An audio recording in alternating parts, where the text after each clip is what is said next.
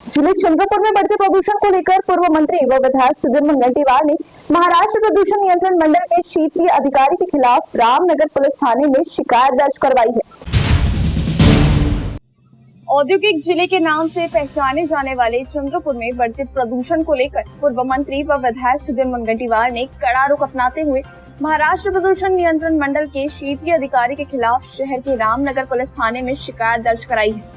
वे किसानों और कामगारों के साथ रामनगर पुलिस थाने पहुंचे, जहां 50 से अधिक लोगों के हस्ताक्षर युक्त आवेदन पुलिस निरीक्षक को सौंपा गया। इस शिकायत में विधायक मुनगंटीवार ने आरोप लगाया है कि जिले में प्रदूषण नियंत्रण की जिम्मेदारी संभालने वाले एमपीसीबी के क्षेत्रीय अधिकारी जानबूझकर अनदेखी कर रहे हैं और अपने कर्तव्यों में लापरवाही बरत रहे हैं।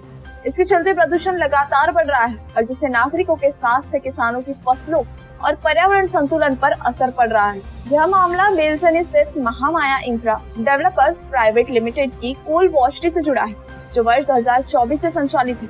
आरोप है कि इस वॉशरी से बड़े पैमाने पर प्रदूषण फैल रहा है, जिससे आसपास के किसानों की कपास, सोयाबीन सहित अन्य फसलों को नुकसान हुआ है। साथ ही मवेशियों की मौत और नागरिकों के स्वास्थ्य पर भी प्रतिकूल प्रभाव पड़ा है।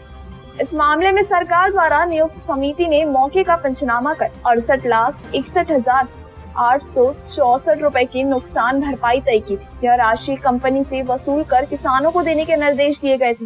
इसके लिए जिला और तहसील स्तर पर समितियां भी गठित की गई थी, जिन्होंने अपनी रिपोर्ट में स्पष्ट रूप से वसूली के निर्देश दिए थे। बावजूद अब तक न तो मुआवजा वसूला गया और न ही संबंधित उद्योग पर कोई ठोस कार्रवाई हुई।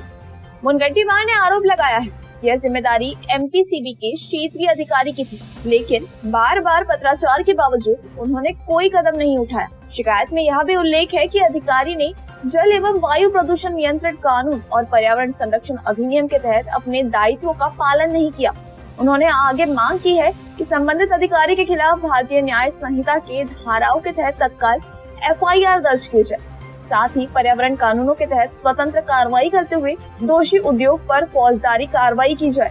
माया कोल वॉशरी के खिलाफ जो हमने इसके पहले तकरार की थी और उस तकरार के आधार पर 4 मार्च 2022 के पत्र के अनुसार उस नुकसान भरपाई देने के लिए जो प्रावधान है, उस प्रावधान के तहत एक 15-20 दिन पहले समिति ने जाके उसका आकलन किया, मूल्यांकन किया।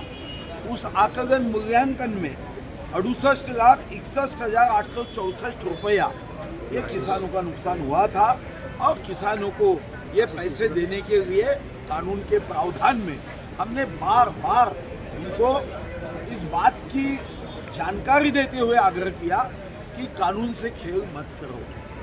महामाया पे एनवायरमेंट प्रोटेक्शन एक्ट कलम 15 में, जिसमें 5 वर्ष का कारावास है या 1 लाख का दंड है, हमने कहा था कि एनवायरमेंट प्रोटेक्शन एक्ट के तहत कार्रवाई करिए या फिर बीजेएस भारतीय न्याय संहिता के 223 में कार्रवाई करिए।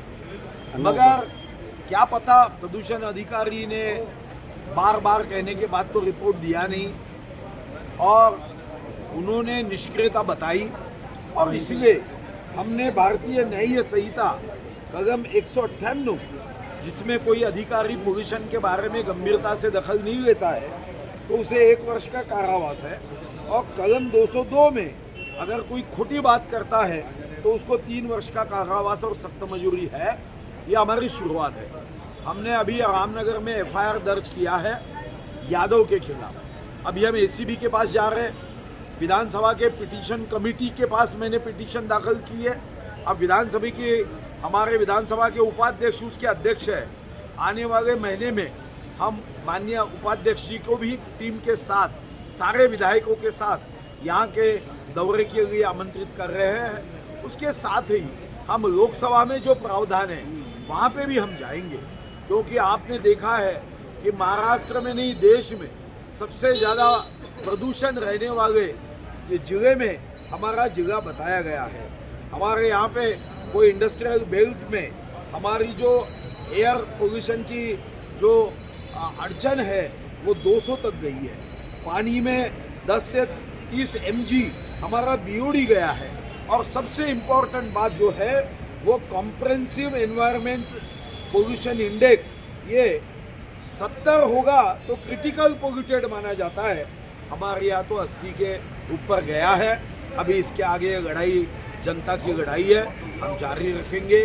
नीरी से लेके यहाँ पे पर्यावरण के संदर्भ में लोक जागृति भी करेंगे और हमारे हक की लड़ाई अब आगे और तेज होगी। और दफाखोरी करने वाले उद्योग इन पे अपनी जो संविधान की जिम्मेदारी है वो जिम्मेदारी का निर्वाह उनको करना होगा।